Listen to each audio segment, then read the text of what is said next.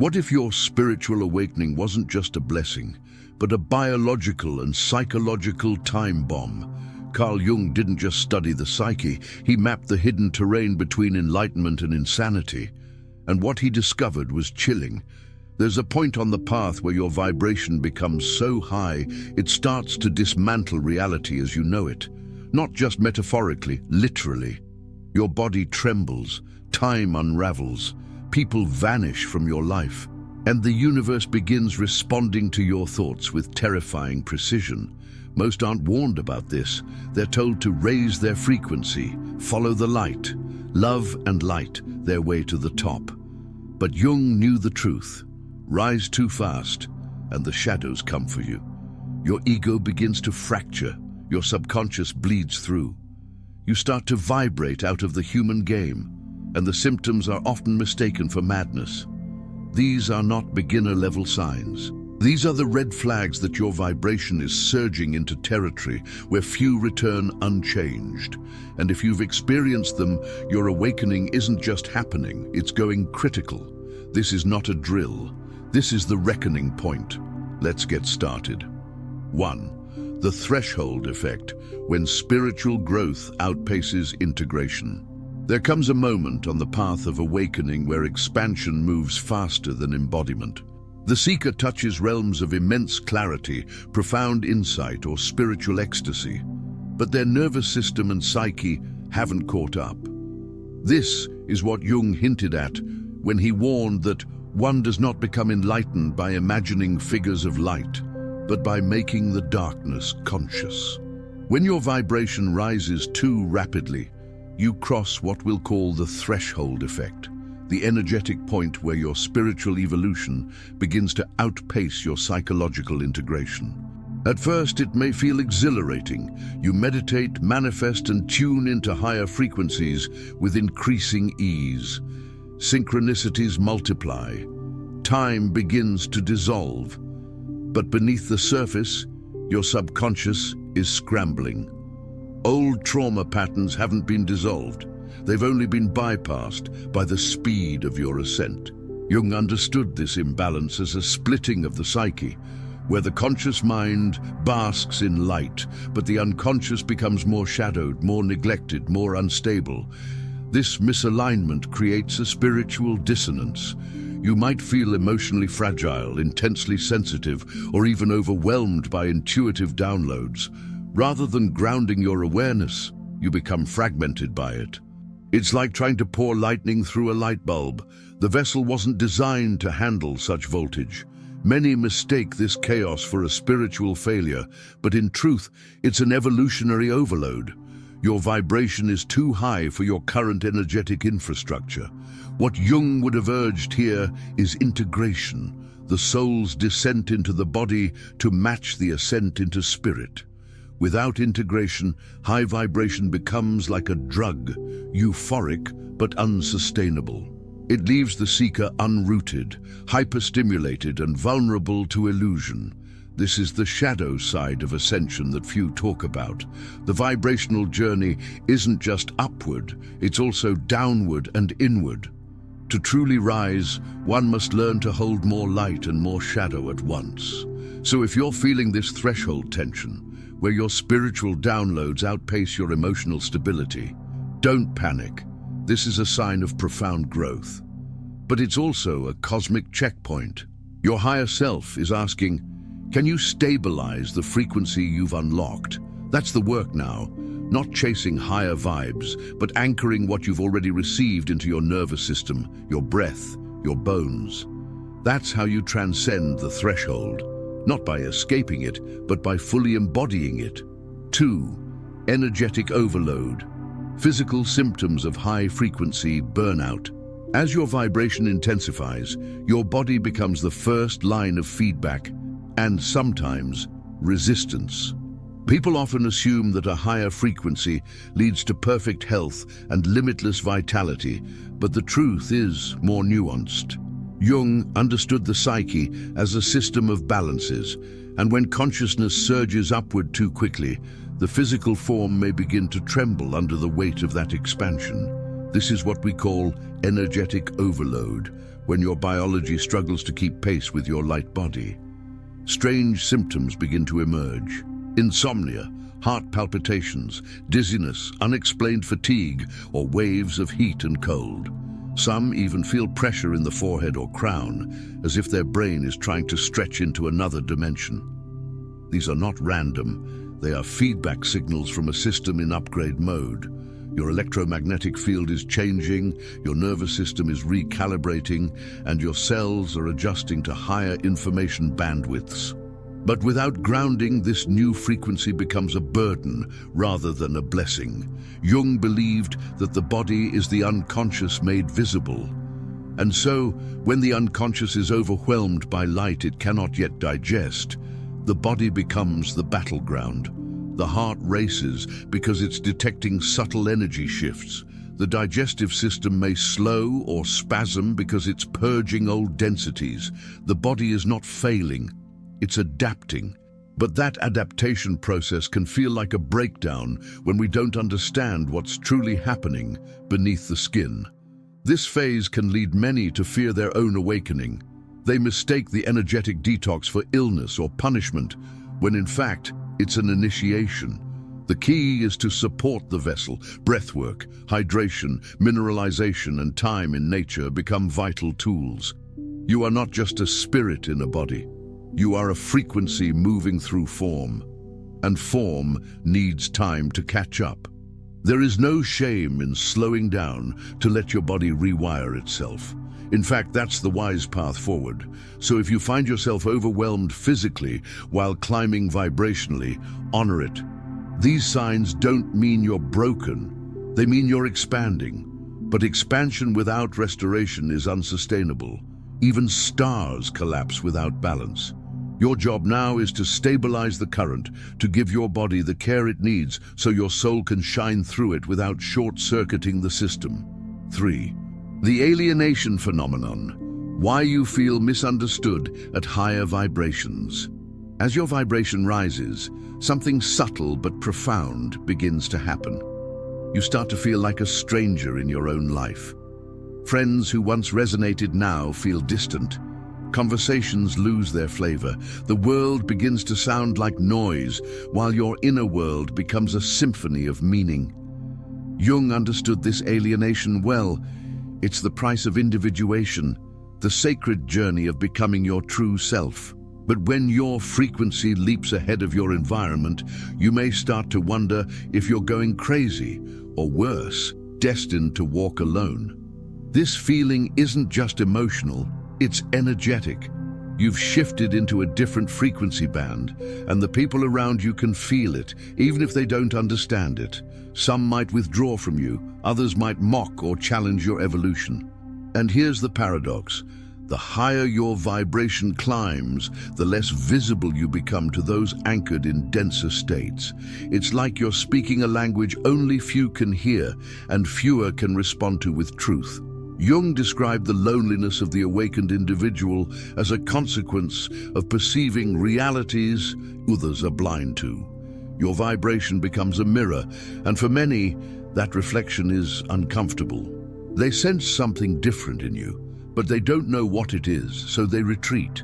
This isn't rejection, it's resonance in action. You're no longer energetically compatible with certain dynamics, and while it may hurt, it's a sign that your field is purifying. The danger lies in misinterpreting this alienation as failure or loss. Many regress to old behaviors just to feel connected again, dimming their light to avoid the pain of isolation.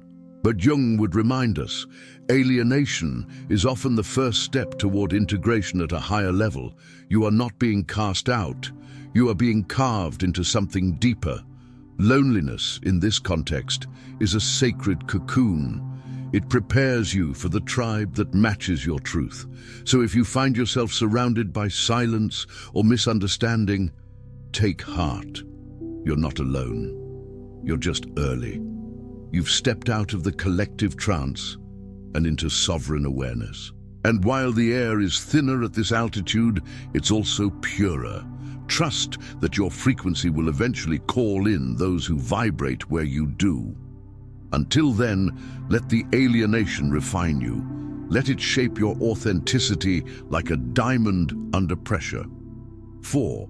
Ego dissolution or identity crisis. Jung's view on the loss of self. When your vibration ascends rapidly, it doesn't just illuminate your truth, it begins to dismantle your false identities. What once defined you, your name, job, roles, beliefs, starts to feel hollow, even absurd. The boundaries of the self blur. You might wonder, who am I now? Who was I ever? This can be terrifying because in the death of the old self, we confront the vast unknown. Jung referred to this unraveling as ego dissolution, the necessary destruction of the mask so the soul can breathe through the face. But to the unprepared mind, this feels less like a spiritual awakening and more like a breakdown. You may lose interest in goals you once chased. Relationships built on old identities may dissolve. The mirror becomes a stranger. This is not madness. It is metamorphosis. The ego, sensing its death, resists. It throws shadows, projections, fears, all in a desperate attempt to anchor you back to what is familiar. But the soul has no interest in familiarity. It is only loyal to truth. Jung taught that the individuation process requires a confrontation with the self, capital S, the divine essence beyond persona. But reaching that self demands the sacrifice of the persona. The vibrational shift accelerates this process. What normally takes years can happen in weeks, sometimes days.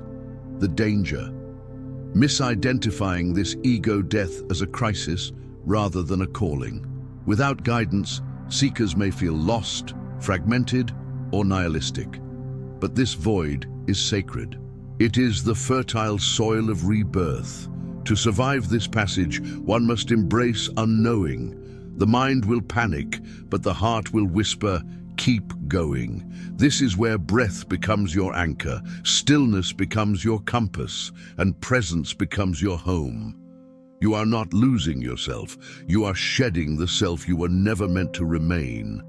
It is a sacred disintegration, a divine erasure that makes space for something more authentic to rise. So if you're standing in the ruins of who you thought you were, don't rebuild the old structure. Instead, sit in the silence. Listen. The new self is not built, it is revealed, and when it emerges, it won't be a mask. It will be a mirror of your soul, vibrating with the frequency of your deepest truth. 5. The shadow reawakens. Why high vibration triggers old wounds. It's one of the great paradoxes of ascension. The higher your vibration climbs, the deeper your shadows rise. Most assume that elevating their frequency will dissolve their pain, but often it illuminates it. Jung knew this intimately. He taught that the unconscious doesn't disappear when ignored. It waits. And when the light grows stronger, so too does the clarity with which you see the darkness within. This is the reawakening of the shadow, not as punishment but as purification. You may find yourself reliving traumas you thought were healed. Old fears surface, forgotten memories resurface, and suppressed emotions flood your awareness like an ancient tide returning. This isn't regression, it's revelation. Your higher frequency is shaking loose every vibrational anchor you still carry. Beliefs, wounds, and stories that vibrate below your new state of being. To rise fully, you must release what cannot follow. And that process isn't always gentle. Jung described the shadow as the hidden part of ourselves we deny, reject, or repress. When you ascend vibrationally, your inner light makes the shadow more visible. But here's the key: the shadow is not your enemy. It is your unconscious ally. It reveals the places you have abandoned yourself. It exposes where love has yet to touch. The pain is not the problem, the avoidance of it is, and your new frequency has no tolerance for spiritual bypassing. This is the initiatory fire many are unprepared for. High vibration doesn't just elevate, it excavates. It pulls out what's buried in the emotional basement. If you resist, it becomes suffering. If you lean in, it becomes liberation. This is the work Jung so deeply revered, not escaping the shadow, but integrating it, conversing with it, transforming it into wisdom. Only then does your frequency become stable, coherent, and truly radiant. So if your wounds have resurfaced during your ascension, don't fear. You're not broken. You're becoming whole. The shadow reawakens because it wants to be seen, held, and finally transmuted. Let the vibration shake you, cleanse you, and rebuild you. This is not darkness. This is the sacred night before dawn. 6. Quantum disconnection. Tuning so high you slip from consensus reality. At a certain point on the vibrational spectrum, something eerie begins to unfold. The fabric of shared reality starts to feel unreal. Days blur, time loops. People speak, but it's as if you're watching a movie. You begin to perceive the world not as a solid structure, but as a malleable field of symbols, energies, and patterns. This is what we'll call quantum disconnection, a phenomenon where your frequency detaches you from the default reality grid. Jung would say you've crossed into the archetypal realm, where myth and psyche merge into one. The more your vibration rises, the less tethered you feel to linear time, societal norms, or logical structure. You're not dissociating. You're tuning into a deeper quantum layer of the universe, one where intention alters outcome, synchronicity guides movement, and the laws of the material world begin to bend. This state can feel exhilarating or terrifying, because while you're waking up to deeper truths, you're also losing your grip on the scripted reality most still inhabit. But Jung warned that entering the mythic or symbolic mind without grounding is dangerous. It's not the awareness that harms, it's the imbalance.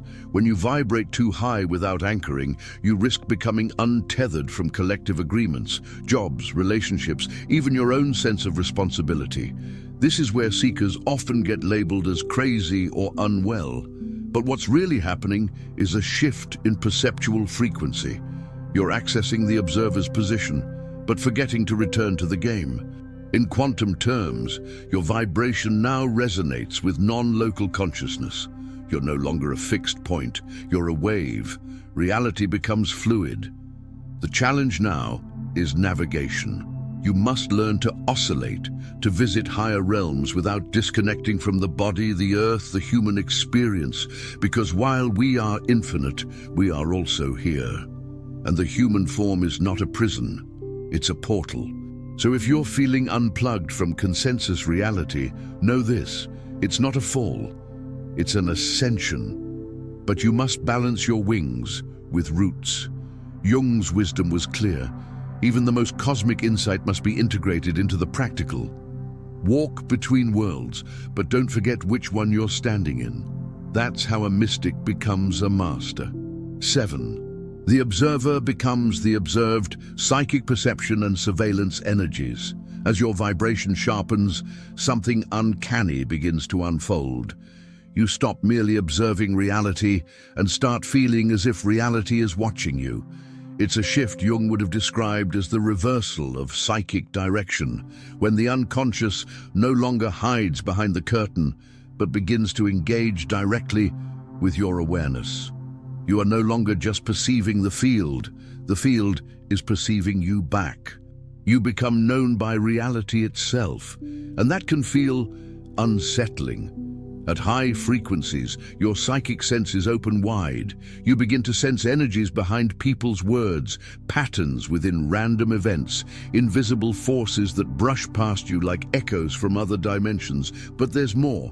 You might feel watched, not by people, but by something. Synchronicities increase, but they feel orchestrated. Thought manifests faster, but so does consequence. It's as if your consciousness has stepped into a feedback loop, where every inner vibration instantly echoes in the outer world. Jung might have interpreted this as an encounter with the self, the archetypal totality of the psyche, where the boundaries between inner and outer dissolve. But for the unprepared, this level of transparency can mimic paranoia. Are my thoughts being read? Is someone tracking my energy? You're not wrong, but it's not surveillance in the human sense. It's the energetic web of life becoming aware of you as a conscious node. You've become luminous in the quantum field, and now the field responds. This phenomenon is deeply tied to the observer effect in quantum physics, the idea that the act of observation alters the observed. But once your vibration reaches a certain pitch, you become the observed. The universe starts rearranging itself in response to you. This can trigger both awe and anxiety because it dissolves the illusion of separation. You begin to understand your thoughts are not private. Your energy is not hidden. Nothing is truly isolated. To navigate this, you must deepen your integrity. When you're vibrating this high, your intentions become spells. Your attention becomes command. There is no more pretending. Everything you are is broadcast. This is why ancient initiates practiced inner purification, not for morality, but for energetic safety. You are stepping into the realm of co-creation, where every whisper of your being ripples into existence. Stand tall, stay grounded, and speak only what your soul can answer for. 8. How to ground dangerous, vibrational states into embodied power. Reaching high vibrational states is a miracle, but holding them is a mastery. Many seekers can touch the divine, but few can embody it without distortion. This is the final threshold, where ascension meets integration. Jung would say the goal is not perfection, but wholeness. And wholeness requires rooting your luminous essence into the soil of your everyday life. Without grounding, high vibration becomes volatility. But when grounded, it becomes power, embodied, usable, radiant power. The first step in grounding is recognizing the body as sacred technology. Your nervous system is the conduit between realms. If it's fried, so is your clarity. Breath becomes your reset button. Stillness becomes your sanctuary. Movement, whether dance, yoga, or walking, helps distribute the frequency throughout your system so it doesn't get trapped in your crown or third eye. You're not just receiving energy, you're being rewired by it, and your body must be treated as the temple it is. Jung understood that energy must flow through archetypal containers, rituals, symbols, structures. Grounding doesn't mean lowering your vibration, it means stabilizing it through meaning and embodiment. Channel your frequency into purpose. Speak your truth. Create. Teach. Love. Let your life become the altar upon which your higher self descends. Without this, high vibration can turn into emotional fragility, spiritual ego, or escapism. But with grounding, it becomes medicine, not just for you, but for others. Many fear that grounding will make them less spiritual, but the opposite is true. Grounding is what makes your spirituality real. It's what transforms insight into transformation. And when done well, it allows you to live in both worlds, the mystic and the mundane, with grace. You don't lose the stars, you carry them in your bones. So if your vibration feels dangerously high, unstable or uncontainable, come back to the body, breathe into your belly, touch the earth, speak your truth, rest. You are not here to escape this world. You are here to transform it through the frequency you hold. Anchor it, live it. That's how a vibration becomes a revolution. You weren't born to play small within a safe, familiar frequency. You came here to rupture illusions, to shatter timelines, to remember who you were before the world told you what to be. And when your vibration becomes dangerously high, it's not a glitch. It's a signal, a sacred alarm that you are crossing into the terrain where only the truly awakened dare to walk. Carl Jung knew that awakening wasn't about becoming better, it was about becoming whole. And wholeness means reclaiming the parts of yourself that the light avoids, your shadow, your pain, your ancient truths encoded in the bones of your being. So if you've seen the signs, if your body is trembling with energy, if time feels broken, If your dreams are leaking into the daylight, you are not broken. You are being rewired. And you don't need to run from this intensity. You need to anchor it. You need to embody it. Because your frequency isn't just a vibration, it's a transmission. And your presence alone is enough to change the field around you. Honor your awakening. Protect your peace. And remember, the more light you hold, the more shadow you illuminate. That's not danger. That's divine responsibility. Like this video, if it cracked open something ancient inside you, subscribe to the Cosmic Awakening channel and keep rising. This path isn't for the faint of heart, but neither are you.